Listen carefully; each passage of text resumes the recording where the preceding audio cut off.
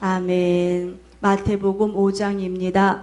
마태복음 5장부터는 우리 예수님께서 산상수훈이다 해가지고 사랑하는 귀한 자녀들, 하늘의 복을 받은 귀한 자녀들이 살아가야 될 천국의 아름다운 복을 쭉 말씀하시기 시작하십니다. 천국에 대한 말씀, 이러한 모습을 가지고 너희가 살아야만이 된다. 미워하지 말고 세상의 빛이 되어야 되고 소금이 되어야 된다 라고 말씀하시면서 5장 처음부터는 무엇이냐, 심령이 가난한 자는 복이 있나니 저희가 천국이 저희 것이다. 너희의 심령의 가난함을 가지고 너희는 천국을 소유하여라. 애통하는 자가 되어서 하나님의 위로를 받아라. 네 처지와 형편 때문에 애통하지 말고 말씀대로 살지 못하는 너의 자신을 바라보면서 늘 애통하는 심령을 가지고 회개하는 심령을 가지고 믿음에 부유한 자가 되어라. 그래야만이 너희는 위로를 받을 것이다. 화평케 하는 자는 복이 있다. 우리 예수님께서 화평의 도구로 이 땅 가운데 오셔서 하나님과 죄인의 우리를 화평케 하신 것처럼 너희들도 삶 가운데 화평의 도구로서 쓰임 받아야 한다. 의에 줄이고 목마른 자는 복이 있다. 하나님의 의를 사모해라. 생명 주시는 그 생명의 은혜가 너희를 배부르게 할 것이다 라고 하시면서 우리 주님이 하신 말씀은 다 천국의 귀한 복, 영생의 말씀을 하십니다. 그런데 우리가 오늘 5절 말씀에 보니까 하나님께서 천국의 복을 말씀하신 것이 아니라 우리 예수님께서 온유한 자는 복이 있나니 저희가 땅을 기업으로 받을 것이미요 라고 말씀을 하십니다.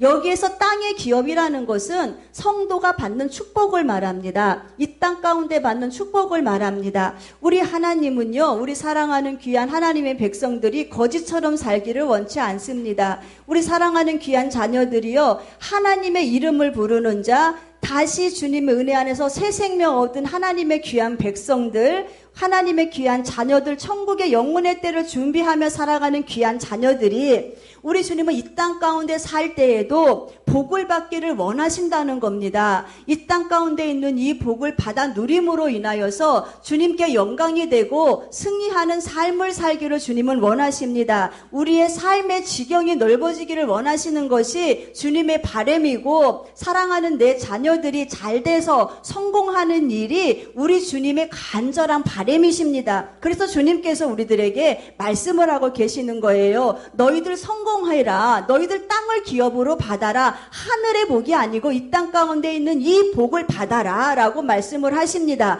그런데 그 땅을 기업으로 받는 그 축복의 비결이 무엇이냐? 주님 말씀하시기를 너희가 온유하면은 이 땅 가운데에 복을 받는다라고 주님께서는 이 땅 가운데 받는 비결을 온유라고 말씀을 하고 있습니다. 세상의 논리는 보세요. 강한 자가 땅을 정복하지요. 칼을 든 자가 땅을 정복하지요. 그런데 우리 주님께서는 세상의 복을 받으라고 하시는데 너희가 세상의 복을 받기 위해서는 온유해라라고 우리 주님은 이 온유한 자가 복이 있다라고 말씀을 하고 계십니다. 성경에서 말하는 이 복의 개념과 우리가 살고 있는, 우리가 생각하는 이 복의 개념이 엄청난 차이가 있는 것을 알 수가 있지요. 그런데 엄청난 차이가 있는 이 복의 개념을, 초점을 우리가 주님께 맡기고 말씀 안에서 복의 그 진리를 찾아가면은요,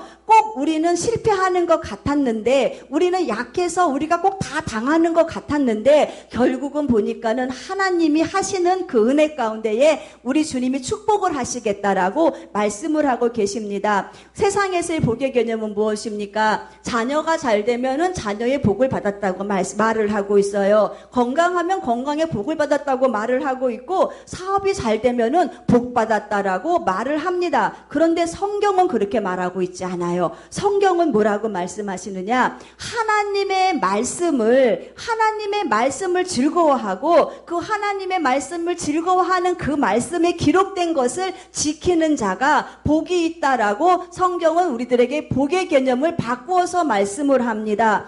성경의 말씀대로라면은요, 날마다 잔치를 벌이고 호의호식했던 그 부자는 복 있는 사람이 아닌 겁니다. 성경의 말씀이라면은요, 비록 헌대를 앓고 있고 부자에서 밥상에 떨어지는 그 잔치상에서 나오는 찌꺼기를 먹고 살아도 그 마음 가운데에 하나님을 사랑하는 그 마음이 있는 나사로가 복 있는 사람이라고 성경은 이렇게 말씀을 하고 있습니다. 우리 하나님은요, 우리 하나님의 관심사는 영혼이에요. 우리 하나님은 이 땅 가운데 우리가 많이 누리고 있는 이 복을 가지고 천국에 오라고 말씀하시는 게 아니고 영혼이 잘 되는 복을 가지고 천국에 오라고 말씀을 하십니다. 그러니까 우리의 관심과 예수님의 관심이 다른데 우리는 이 다른 이 관심을 그러면은 우리의 관심에 예수님의 관심을 갖다 맞춰야 하겠습니까? 예수님의 관심에 우리의 관심을 갖다가 맞춰야 하겠습니까? 요한복음 15장에 말씀하시기를 너희가 성공하는 비결을 주님 말씀하셨어요.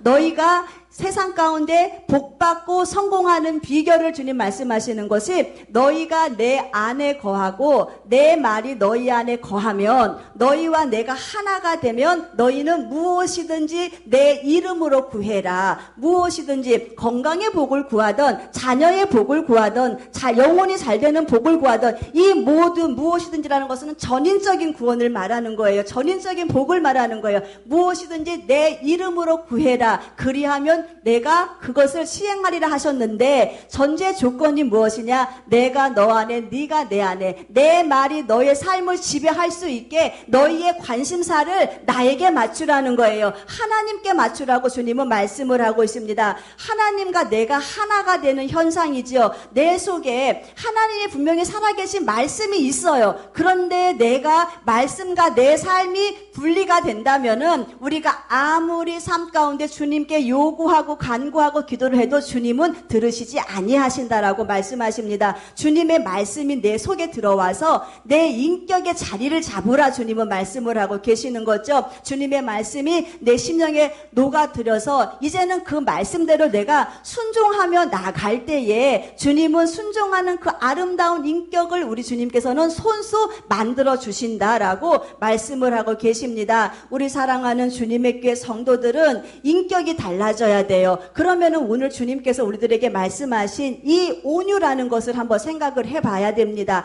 주님께서 성경에서 말하는 이 온유는 무엇인가? 우리가 선천적으로 태어날 때 엄마의 뱃속에서 태어날 때부터 타고난 부드러운 성격을 말하는 것이 아니에요. 이 온유는요.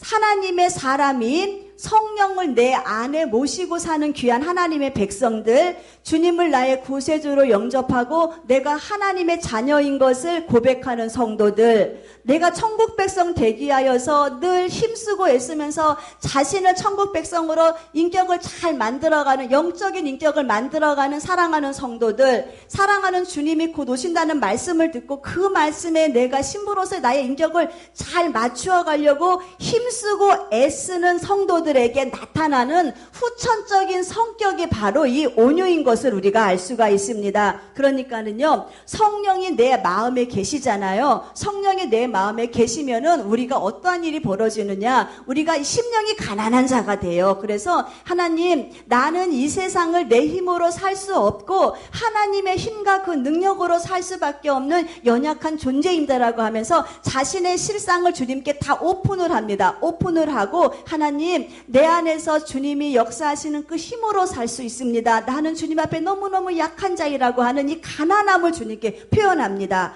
그리고 성령이 내 마음에 들어오시면은 가난한 심령을 가지고 살아가는 내 심령이 내 처지와 형편을 보고 애통하는 것이 아니에요. 어떻게 이렇게 하나님 주시는 생명의 말씀을 그저 끊임없이 불순종하면서 불신앙으로 이렇게 살아가고 있을까? 자신이 말씀대로 못 사는 거에 대해서 애통을 하게 됩니다. 애통을 하고 난 다음에 보니까 심령이 가난한 자, 애통하는 자, 오늘 5절 말씀에 너희 심령이 가난하고 애통하니 그러면은 너희는 이제는 온유한 자의 그 성품을 너희가 이제는 받아야 할 것이다라고 주님께서는 만들어 주시면서 이 심령이 가난하고 애통한 자에게 형성시켜주는 하나님이 만들어 주시는 이 성품이 바로 이 온유함이에요. 우리가 다 알고 있죠. 그럼 이 온유함이 왜 중요한가? 우리 예수님은요, 마태복음 11장 29절에 나는 마음이 온유하고 겸손한 사람이다라고 말해요. 우리 예수님의 성품이 온유하신 성품이에요. 그리고 우리가 고린도서 13장에 보면은요, 사랑은 언제나 오래 참고 사랑은 언제나 온유하며라고 말해요. 사랑, 하나님은 사랑이셔요. 하나님이 사랑이신 그 하나님의 성품이 보니까는 온유하셨어요. 성령님이요, 갈라디아서 5장에 보면은 성령님이 사랑하는 성도들을 향하여서 일하시는 성령의 열매가 나타나는데 그 열매가 뭐니까는요, 그 중에 하나가 온유의 열매를 나타낸다라고 말씀하셨어요. 성령이 하시는 일 중에 하나가 이 온유의 열매를 나를 통해서 나타나게 하시는 열매를 맺게 하신다는 거예요. 성삼위 하나님, 성부 하나님, 성자 예수님, 보혜사 성령님이 똑같이 공통적으로 갖고 계시는 그 성품이 온유라는 거예요. 이 온유는요, 무엇이냐면은요, 나를 다스릴 수 있는 그 힘이에요. 분노할 수밖에 없는 그런 환경 가운데에서 급히 분을 내지 않아요. 그리고 자기의 감정을 다스릴 수 있어요. 본능과 그 감정을 대로 내가 생활하는 것이 아니라 하나님 말씀에 내가 잘 길들여져 가지고 훈련된 인격을 말하는 거예요. 사람이요, 자기 마음을 스스로 관리하고 다스리는 것처럼 어려운 것이 없어요. 그런데요, 이 마음을 다스리지 못해서 사람들이 어떠한 일이 벌어지느냐, 이 분을 내는 것이 하나님이 기뻐하지 않는 것을 알아요. 아는데 이 마음을 못 다스리니까 어떤 일이 벌어지냐면은요, 불평과 원망과 남을 향하여서 욕설이 나오고 남을 향해 상처를 주는 그런 행동을 하게 되는 거예요. 그런데 정말로 이 성과 같은 무너뜨리기 이 어려운 내 마음을 관리할 수 있는 그 온유의 마음을 주님께서는 우리들에게 원하신다는 겁니다. 잠언서 4장 23절에 무릇 지킬 만한 것보다 뭘 지켜라? 마음을 지켜라. 너의 마음을 지킴으로 인해서 네가 살 수 있다. 네 마음을 못 지키면 너는 죽는다라는 거예요. 또 잠언서 25장에 뭐라고 말씀하시느냐? 자기 마음을 스스로 다스리지 못하는 사람은 성읍이 무너진 사람이에요. 그리고 성벽이 없는 사람이에요. 성읍이 무너지고 성벽이 없는 것은요, 나를 보호해 줄 수 있는 것이 아무것도 없다는 거예요. 자기 마음을 다스리지 못하는 사람은 어떠한 일이 벌어지냐면 내 인격을 보호해 줄 것이 하나도 없고 내 믿음의 신앙을 보호할 수 있는 것이 하나도 없다라는 거예요. 그래서 이렇게 마음 지키는 것이 주님은 중요하다라고 말씀을 하고 계십니다. 우리 주님께서는요, 능력이 있으신 분이셨어요? 없으신 분이셨어요? 우리 주님의 이 온유하심 을 보세요. 주님이 무엇 때문에 너희는 내게 와서 이 온유를 배우라고 하셨을까? 주님의 이 온유함을 우리가 한번 생각을 해보자는 거예요. 주님의 온유함은요, 우리 주님의 능력은 전지전능하신 능력이라고 말씀하셨죠. 모르는 것이 하나도 없고 못하실 일이 하나도 없는 그 전지전능하신 그 주님께서 사람에서는 하나님의 피조물인 이 사람을 통하여서 모욕과 멸시와 천대를 당하셨을 때 우리 주님은 자신의 인격 때문에 우리 주님이 화를 내지 아니하셨어요. 내가 당하는 수치 때문에 화를 내지 아니하셨어요. 사람들은요, 우리 예수님 보고 저 나사렛에서 사는 저 촌놈이라고 손가락질했어요. 그랬을 때 주님께서는 왕인 나에게 너희가 손가락질을 하면서 우리 많은 사지선을 향해서 손가락질하는 그 사람들에 대해서 화를 내지 아니하셨어요. 바리새인이 예수님을 초대했어요. 자기 집에. 초대를 하면은 손님 대접을 해야 되잖아요. 보란 듯이 초대를 받고 오신 예수님을요, 거지 취급했어요. 무시했어요. 그러나 주님께서는요, 그 가운데서도 기분 나빠하지 아니하셨어요. 그리고 분을 내지 아니하시고 그 자리를 지키시면서 그 아름다운 그 자리, 화평의 자리로 끝까지 자리를 지키신 것을 우리가 볼 수가 있어요. 그런데 보세요. 우리 주님이 화를 내신 부분이 있다는 거예요. 우리 주님이 언제 화를 내셨느냐? 우리 주님이 화를 내신 부분은요, 마땅히 아버지께 기도드려야 할 성전에서 이곳에서 장사를 했어요. 비둘기를 팔았어요. 돈을 환전했어요. 하나님의 영광이 올려드려야 할 거룩한 성전이 되지 못할 때 주님은 화를 내셨어요. 우리 주님께서 화를 내신 그 이유가 뭡니까? 아버지의 영광이 땅에 떨어질 때, 하나님의 거룩함이 땅에 떨어질 때, 영적인 일을 위하여서 힘쓰고 애써야 될 우리의 심령의 이 밭이 끊임없이 죄악을 향하여서 달려가고, 누차례 주님이 말씀하셨는데, 네 지금 심령이 강도의 굴혈이고 네 지금 심령이 장사의 터야라고 말씀하시는데, 계속 우리는 이 죄악의 길로 달려가고 있을 때 주님은 화를 내신다는 거예요. 바리새인들을 보고 주님은요, 이 독사의 자식이라고 하면서 주님이 엄청난 저주의 말을 하셨어요. 그 바리새인들은요, 자신들이 종교 지도자라 그래요. 너희들 내가 하는 이 종교의 행위를 보고 너희들 따라오면 되라고 하면서 많은 사람은 옳은 길로 인도하지 않고 멸망의 길로 인도했던 사람들이에요. 저렇게 살면 지옥 가는 것을 주님은 분명히 아셨기 때문에 그 바리새인을 향하여서 이 독사의 자식들아, 뱀의 자식들아라고 하면서 주님은요, 호통을 치신 것을 우리가 볼 수가 있습니다. 우리 주님은 아버지 앞에서만, 하나님 앞에서만 그 하나님의 그 거룩한 분노를 토해내셨지, 자신의 유익 때문에 우리 주님은 화를 내거나 분노를 하지 않는 것을 볼 수가 있어요. 우리는요, 우리 주님의 온유를 배워야 돼요. 우리가 마땅히 해야 할 모든 일들이 있어요. 이 일에 우리는 다 성공해야 돼요.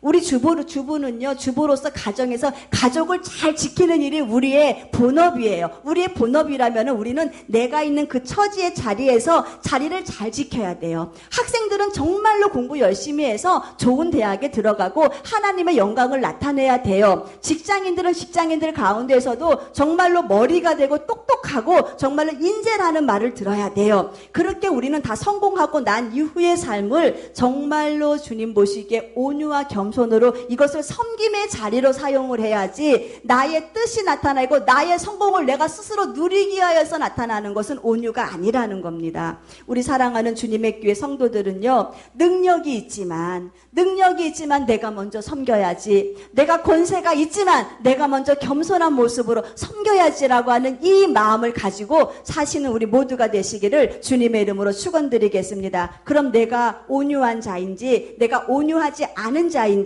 하나님의 관계에서 한번 생각을 해보고, 두 번째로는 사람의 관계에서 한번 생각을 해보겠습니다. 이렇게 살았더니 이 사람들은 복을 받았어요. 성경의 중요한 인물들이 하나님의 관계에서 온유한 모습으로 주님의 절대적인 그 섭리에 그냥 무릎을 꿇고 하나님께 기도했더니 그들은 그 온유함을 인정받고 땅을 기업으로 얻는 복을 받았어요. 사람의 관계에서도 자기에게는 엄청난 손해예요. 육신적으로 봤을 때 당장 먹고 살 일이 급박하리만큼 엄청난 손해를 받지만은, 그래도 주님 모신 그곳이 천국이라고 하는 주님의 놀라운 그 은혜를 붙잡고 살았던 사람이 땅을 기업으로 받는 복을 받았어요. 우리가 그러면은 하나님과의 관계에서 우리는 누구를 봐야 되느냐? 욥을 봐야 돼요. 욥은요, 하나님을 향하여서 굉장히 온유한 사람인 것을 우리는 볼 수가 있습니다. 우리가 내가 온유한 사람인지 아닌지를 알 수 있는 좋은 기준이 무엇이냐? 하나님 앞에서의 나의 마음의 자세를 한번 보는 거예요. 말씀 앞에서의 나의 마음의 자세를 한번 보는 거예요. 하나님의 선하심을 내가 지금 잘 믿고 있느냐? 하나님의 인도하심을 내가 지금 잘 믿고 있느냐? 하나님의 섭리하심을 잘 내가 믿고 있느냐? 하나님의 섭리하신 것 내가 완벽하게 지금 순종하고 있느냐? 그리 아니하실지라도 감사해요. 주님의 뜻이 반드시 있기 때문에 감사해요라고 하는 이 고백을 나는 과연 드리고 있느냐? 하나님과의 관계에서 말입니다. 그렇다면 욥은 어땠습니까? 욥은 당대의 순전한 사람이라 그랬어요. 믿음이 하나님 보시기에 인정받는 믿음이었어요. 동방의 의인이에요. 욥은요, 하나님 말씀대로 못 살까 봐서 늘 자신을 점검했던 사람, 사랑하는 내 자녀들이 죄악 가운데 있으면 안 되라고 하면서 자녀를 위해서 끊임없이 기도했던 사람, 하나님조차도 그 믿음을 인정했던 사람이 이 욥인데, 이 욥이요, 생각지도 않은 환난 풍파를 겪게 되죠. 일순간에 다 죽었어요. 일순간에 자녀 열이 다 죽어버렸어요. 어마어마한 모든 재산 다 날라갔어요. 그리고 몸뚱아리, 자신의 몸뚱아리도 병이 들어서 정말로 희망이라고 하는 것은 그냥 겨우 붙어있는 그 생명줄 하나밖에 없었어요.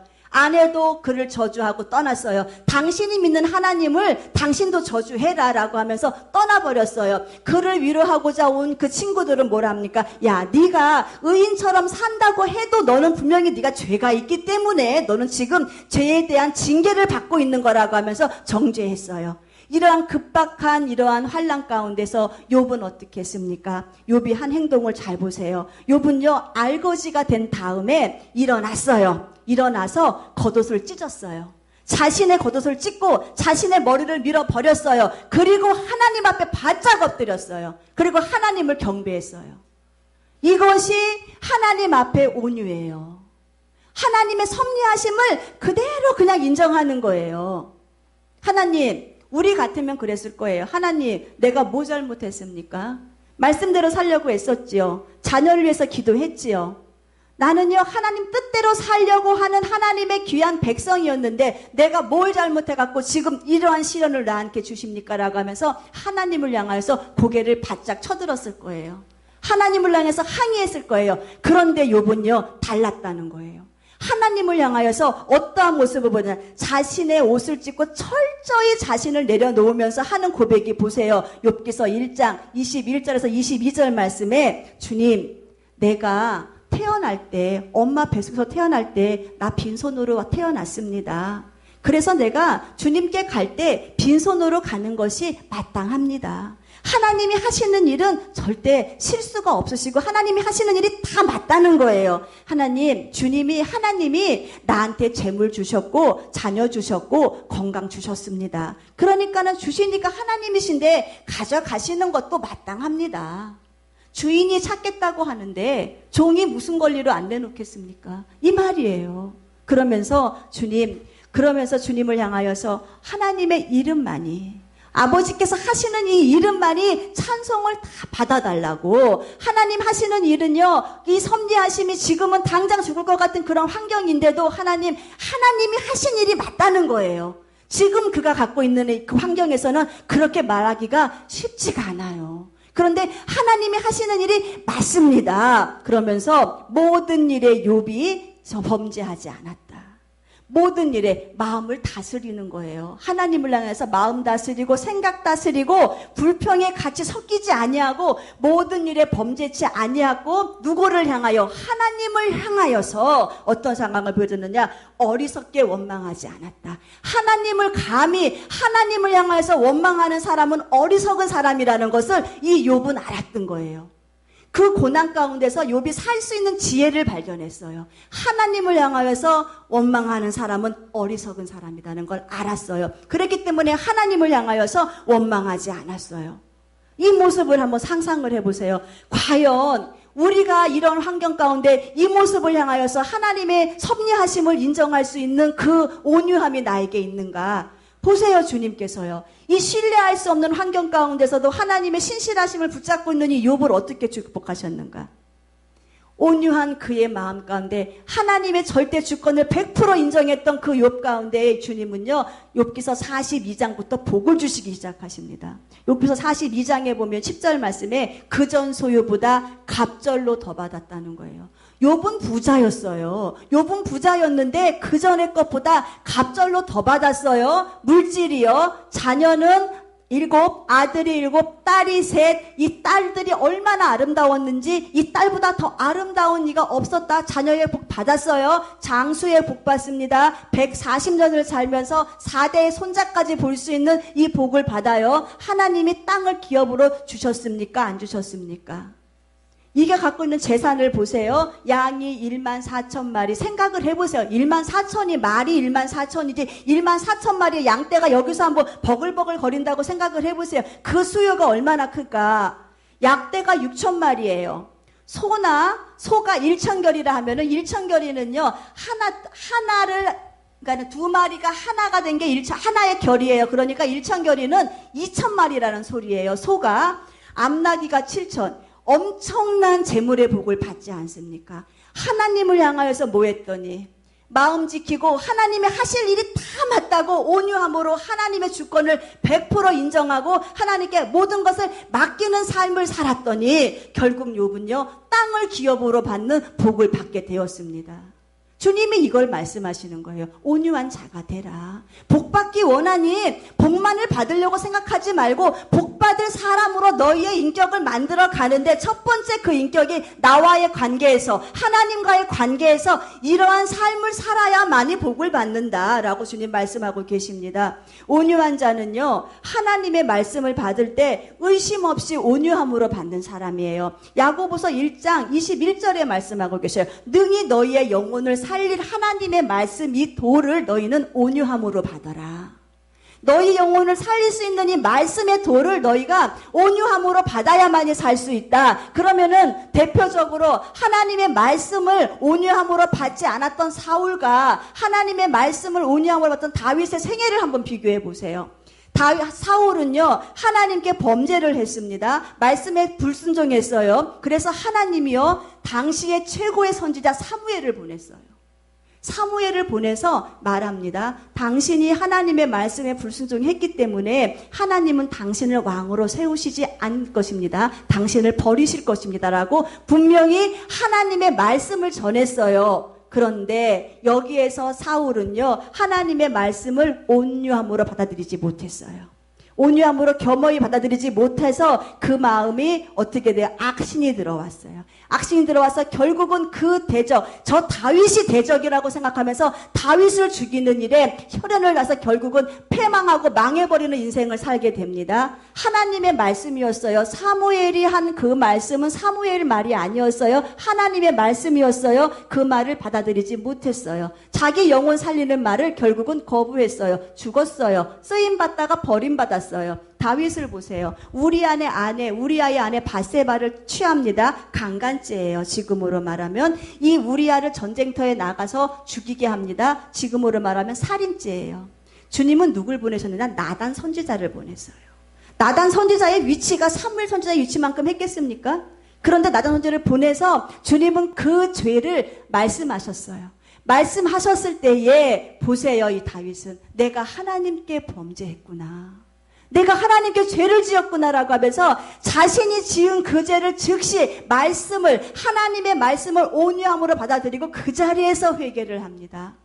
다윗이 이 온유한 하나님 마음 앞에서 이 온유한 심령의 이 회개를 주님은 받으셨어요. 그리고 다윗이 살아가는 그 당시 통치하는 그 이스라엘 민족의 그 통치할 때 그때를 보세요. 정치적으로 가장 안정되고 경제적으로 가장 부자가 되고 다윗이 하는 모든 일, 다윗이 어디를 가든지 주님이 이기게 하셨더라. 땅을 기업으로 다 받게 하시는 거예요. 온유한 자니까. 하나님 앞에 온유한 자가 되니까 하나님의 섭리하신가 주님의 말씀에 절대적으로 순종해야 하는 것을 아니까 이러한 복을 받습니다. 이 다윗이요, 사울을 죽일 수 있는 기회가 엄청 많았잖아요. 그러나 다윗은 하나님의 말씀이 중요한 거, 자기 목숨, 내가 저 사울 죽이면 쫓겨다닐 이유도 없어요. 다윗은. 그런데 하나님이 기름 부어 손댄 하나님의 종인데 나는 그렇게 할 수 없다는 거예요. 하나님은 반드시 하나님의 방법으로 하나님께서 일을 하시는 것이 가장 완벽한 것이고 하나님의 뜻이 이루어지는 것이 가장 완벽한 하나님의 섭리를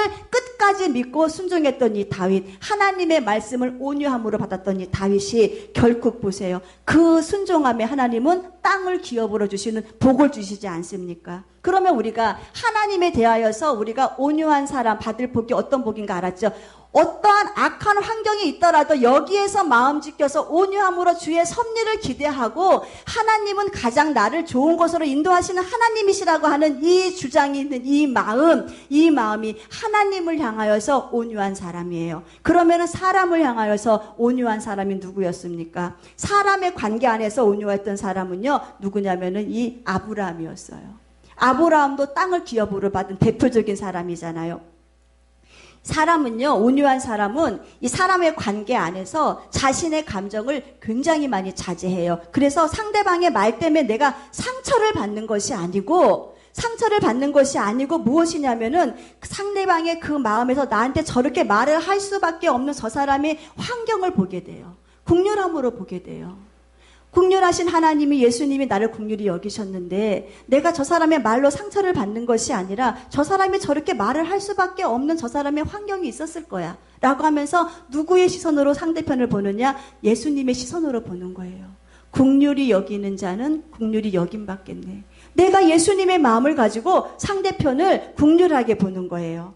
온유한 사람은 하나님의 눈으로 상대편을 본다라고 말씀드렸죠. 그러면은 이 아브라함 사건을 우리가 잠깐 한번 생각해 봐요. 창세기 13장에 보면은 아브라함이 하나님께 복을 받아가지고 엄청난 육축들, 가축들이 엄청나게 많았어요. 그러니까는 이 롯의 목자들, 롯의 하인에서 양을 치는 목자들하고 아브라함 하인들의 이 목자들 사이에서 다툼이 벌어졌어요. 우리가 더 좋은 곳에 가서 양에게 풀을 먹여야 한다라고 하는 이 다툼이 벌어졌을 때에 우리 아브라함이 그 광경을 봅니다. 그리고는 안 되겠다. 분가시켜야 되겠다 생각을 해요. 그래서 13장 9절에 롯을 불러다가 이야기합니다. 사랑하는 조카야, 내가 이 광야를 한번 쫙 쳐다봐라. 광야를 쳐다보고 네가 여기에서 선택해. 이제는 네가 독립을 해야 되겠구나. 네가 선택해. 선택권을 내가 너한테 다 줄 거야. 네가 선택해. 네가 좌하면은 내가 우할 거야. 네가 우하면은 내가 좌할 거야. 라고 하면서 이 조카 롯에 대해, 아들도 아니었어요. 아들도 아닌 조카 롯에 대하여서 모든 선택권을 다 부여합니다. 이때의 이 롯은요, 굉장히 현실적인 사람이었어요. 욕심이 많은 사람이었어요. 그 마음의 온유함이라고는 찾아볼 수도 없는 사람이었어요. 롯이 선택한 땅을 한번 보세요. 양치기에 최고로 좋은 목초가 있는 목초지. 자신의 가족들이 경제적이나 문화적인 혜택을 받을 수 있는 그러한 도시. 그러면서도 자신들의 생명과 자신들의 안정을 보호받을 수 있는 하나의 도시가 형성된 곳을 선택하기 시작합니다. 그러면 아브라함은 뭘 선택했나요? 아브라함이 선택한 거는 하나도 없었어요. 아브라함은 롯이 다 선택하고 가져간 나머지를 그냥 받았을 뿐이에요. 그러면은 현실적인 롯은요, 알맹이 좋은 거, 유익한 거, 자기가 당장 지금 먹고 살 일에 있어서 엑기스와 같은 것을 싹 다 뽑아 갔어요. 그러고 난 다음에 아브라함의 처지를 보세요. 당장 우리 양 먹일 목초지가 있었을까요? 없었어요. 자신이 지금 당장 먹을 일에 대하여서 근심해야 할 그럴 환경이 돼버렸어요. 그러나 이 아브라함은 그 롯을 원망하지 않았어요. 저놈의 새끼 기껏 키워나가고 좀 분가하라고 좀 날아가라면 그래도 좀 내가 먹고 살 기본적인 거는 해놔야 될 거 아니야라고 원망하지 않았어요. 그리고 그냥 자기의 현실을 그대로 받아들였어요. 그러면서 아브라함이 봤던 것은 현실을 본 것이 아니라 여기에서 하나님을 봤어요. 여기에서 그래, 황무지와 같은 이곳이라도, 내 가축을 키울 수 없는 이곳이라도 하나님이 여기 계시면은 이곳이 천국이야 라고 하면서, 하나님이 계신 그 천국이라고 하면서 이 하나님과의 관계를 그 원망과 불평으로, 미움으로 그 관계를 떨어뜨리기를 원치 않았어요. 끊임없이 롯을 위해서 뭐 했어요? 기도했잖아요. 이 아브라함이 받은 땅의 축복 한번 보세요. 우리 롯이 떠나고 난 다음에 그 황무지를 바라봤던 그 아브라함, 주님께서 그냥 버려두지 아니하셨어요. 야, 네가 지금 네 조카에게 온유함으로 저가 원하는 모든 것을 다 제공했구나. 야, 아브라함아, 일로 와서 봐. 너 동서남북 사방을 봐봐. 네가 네 눈으로 보이는 모든 땅을 내가 너한테 다 줄게 그랬어요. 너는 땅을 기업으로 받기에 마땅한 온유한 심성을 가진 자가 맞다는 거예요. 얼마든지 조카 롯을 비난할 수 있고 저 사람은 그 조카를 욕할 수 있는데, 너는 네 마음의 밭이 내가 주는 이 복을 받아 누리기에 마땅하리만큼 너는 네 마음의 밭이 준비가 됐구나. 너 이 동서사방에 있는 땅 내가 너한테 다 줄게. 너 땅에 티끌 셀 수 있니? 셀 수 없지. 내가 자손도 너한테 그렇게 해줄 거야. 네 자손이 셀 수 없으리만큼 내가 너한테 다 부어줄 거야. 주님이 이렇게 엄청난 복을 주시잖아요. 아브라함에게. 무엇을 했던 사람이에요, 아브라함이? 온유함을 가지고 주님만을 사랑했고, 주님이 주시는 그 안에서 지금 내 환경이 어려워도, 내 환경이 지금 환란이 있고 당장 먹고 살 일이 급박한 그런 마음 가운데 있었어도, 이곳이 주님 계신 천국이고 주님이 나와 함께 하시는 데라고 하니까는 이 마음이 평안해지는 거예요. 이 마음이 평안해지니까는 이 평안한 마음이 자신의 영혼을 어떻게 합니까? 이끌어가는 거예요. 그러니까는 이 롯을 위하여서 아브라함은 끝까지 기도하잖아요. 소돔과 고모라 성이 멸망할 때 이 아브라함의 간절함을 보세요. 내 조카가 살고 있는 저곳 하나님 구할 수 있는 방법이 없느냐고 하면서 끝까지 이 온유함을 잃지 않고 결코 실천하고 있는 이 아브라함의 이 모습. 아, 여기에서 온유함이 통과가 되는구나. 우리 사랑하는 우리들요, 우리 잘 생각해 봐야 돼요. 우리는요, 하나님 복 받기를 원해요. 땅의 기업을 받기를 원해요. 그런데 보세요. 그 땅의 기업은요, 환경에서 오는 것이 아니고 내 자신에서 오는 거예요. 내가 천국을 가는 데 있어서 걸림돌도 내 자신이 될 수 있는 것이고, 내가 복을 받지 못하는 것이 환경의 외부에서 오는 게 아니고, 내가 아버지 앞에 이 온유함이라고 하는 이 말씀, 명확한 이 천국의 말씀 안에 이 땅 가운데 있는 이 땅의 기름진 복을 말씀하신 이 하나님이 여기서 말씀하신 것이 온유라는 거잖아요. 예수님의 삼위일체 하나님 성부 성자 성령님의 동일한 성격인 이 온유한 그 인격을 너희가 가지고 있어야만이 된다. 환경이 문제가 아니었다. 네 심령이 문제였고 네가 다스리지 못했던 것이 문제였다. 그러면은 누구한테 핑계를 대서 내가 지금 내 형편, 내 처지를 누구한테 핑계를 대갖고 지금 우리가 원망하고 불평하시겠습니까? 나한테 있는데. 사람들 참 이상해요. 자기한테 아무것도 발견하려고 하지 않고 다 남 탓을 해요. 하와처럼, 아담처럼. 이 사람의 속성들이더라고요. 근데 주님은 너를 바라라는 거죠. 네가 받을 만한 복이 된다면 네가 원하지 않아도, 네가 구하지 않아도 주님은요, 아브라함아 너 뭐 갖기 원하니라고 얘기하지 않았어요. 네가 바라봐. 주님이 다 하나하나 지시하셔서 네가 바라보고 네가 밟고 주님이 그냥 친히 축복을 해주시겠다고 말씀을 하시잖아요. 그런데 우리는 이러한 삶을 살지 못하면서 무작정 우리는 남 탓을 해. 내가 온유하지 못해서. 온유한 자의 땅의 기업이 뭐라 그랬어요? 이 땅 가운데 복이에요. 주님은 복을 주시기를 원하시는 분인데, 그러기 위해서는 너희가 다스려라. 하나님을 향한 너희의 감정, 믿음 잘 다스리고 내 형제에 관한, 이 이웃에 관한 너의 모든 주위에 있는 환경에 대한 이 모든 것에 대하여서 다스려라. 나는 마음이 온유하고 겸손하니 너희가 나에게 와서 배우면은 너희도 온유할 수 있다. 너희도 겸손할 수 있다. 배우면 된다는 거예요. 말씀대로 순종하고 살면 된다는 거예요. 근데 주님이 멍에 메고 막 그러잖아요. 멍에 메고. 네 환경 보고 오라는 거예요. 너한테는 십자가 베고 와서 십자가 때문에 네가 온유할 수 있는 것이고, 환경의 문제 때문에 네가 하나님을 더 의지할 수 있는 것이고, 섭리하신 하나님의 그 섭리를 인정할 수 있는 것이 뭐냐? 네 멍에 때문에. 그러니까 이 멍에가 결국은 내가 복받는 나의 가장 내가 복을 받을 수 있는 가장 아름다운 선물의 보따리가 멍이었다는 거죠. 우리 사랑하는 주님의 성도들은 이제 진리를 알았어요. 복받는 진리를 알았어요. 온유한 사람이 되셔요. 하나님을 향해서 온유하세요. 하나님을 향해서 하나님이 하시는 모든 일은 다 맞다고 하나님의 절대적인 주권을 인정하세요. 그리고 사람에 대해서도 내가 지금 손해보는 것 같지만은 결국 온유한 사람이 보는 손해는 손해가 아니었잖아요. 아브라함 보니까. 온유한 사람이 보는 이 손해는요, 결국 끝이 축복이었잖아요. 하나님이 그래서 우리들에게 땅의 복도 받으라는 거예요. 땅의 복을 받기 위한 너희의 아름다운 심성은 온유해라. 사랑해라. 계명 지켜라. 너희가 사랑함으로 하나님을 향하여서 사랑의 고백, 섭리를 인정해라. 사랑함으로 이웃을 더 많이 너희가 사랑해라. 온유함의 너희의 모습을 어떻게 나타내 주겠니? 사랑함으로 나타나지. 고린도전서 13장을 쭉 그 사랑장을 묵상해 보니까요. 진짜 우리 주님 앞에 걸리는 게 너무 많아요. 우리는요, 우리가 온유할 수 있는 방법, 우리가 온유할 수 있는, 여기에서 성공할 수 있는 방법이 무엇이냐? 심판대 앞에 나를 한번 생각해 보세요. 심판대 앞에 서 있을 나를 한번 생각해 보세요. 하나님이 물으실 거예요. 너 그때 그 사람을 온유함으로 대했니? 물으실 거예요. 우리한테. 그러면 우리는요, 정말로 부끄러울 거예요. 심판대 앞에서 주님이 나한테 물어보시고 하나하나 지금 칼같이 잣대를 가지고 우리 주님이 심판하실 텐데, 내가 누굴 못 사랑하리? 내가 갖고 있는 이 멍에 무겁다고 어떻게 하나님께 원망하리? 욥은 그 최고의 정말로 최악의 상황에서도 하나님의 주권을, 하나님이 하신 일이 맞다고 그렇게 인정해가지고 복을 받았는데, 그 믿음을 갖고 살아야 되지 않을까?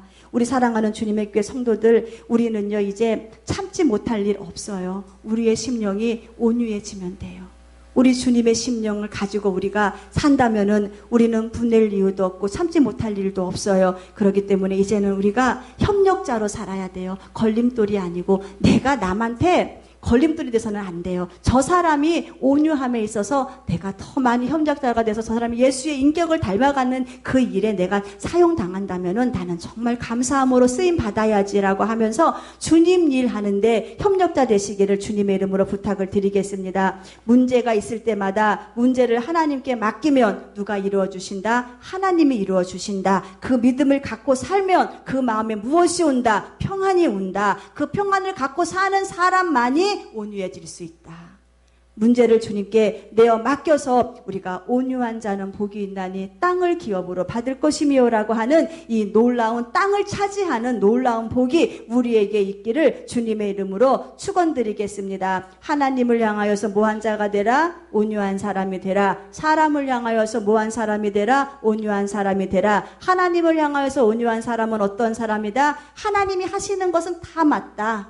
내 펼쳐지는 환경 가운데 절대 원망하지 말고 불평하지 말고 마음 찢겨서 하나님만을 찬양해라. 그러면 하나님은 온유함의 그 마음을 받으시고 땅을 기업으로 주실 것이고 사람의 관계에서도 나의 멍에가 결코 멍에가 되지 않는다. 내 영혼이 살기 위해서 내가 땅을 기업으로 받기 위해서 얻는 하나님 주는 축복의 보따리다. 그렇기 때문에 이 보따리 메고 가야 내가 온유함을 배울 수 있다. 그렇기 때문에 우리는 이 땅 가운데서 정말로 말씀대로 순종하며 살아서 땅을 기업으로 받아서 잘 사시는 우리 모두가 되시기를 주님의 이름으로 축원드리겠습니다. 우리가 이 시간에 말씀을 생각하시면서 또한 우리가 성찬을 위해서 다 같이 통성으로 기도드립니다.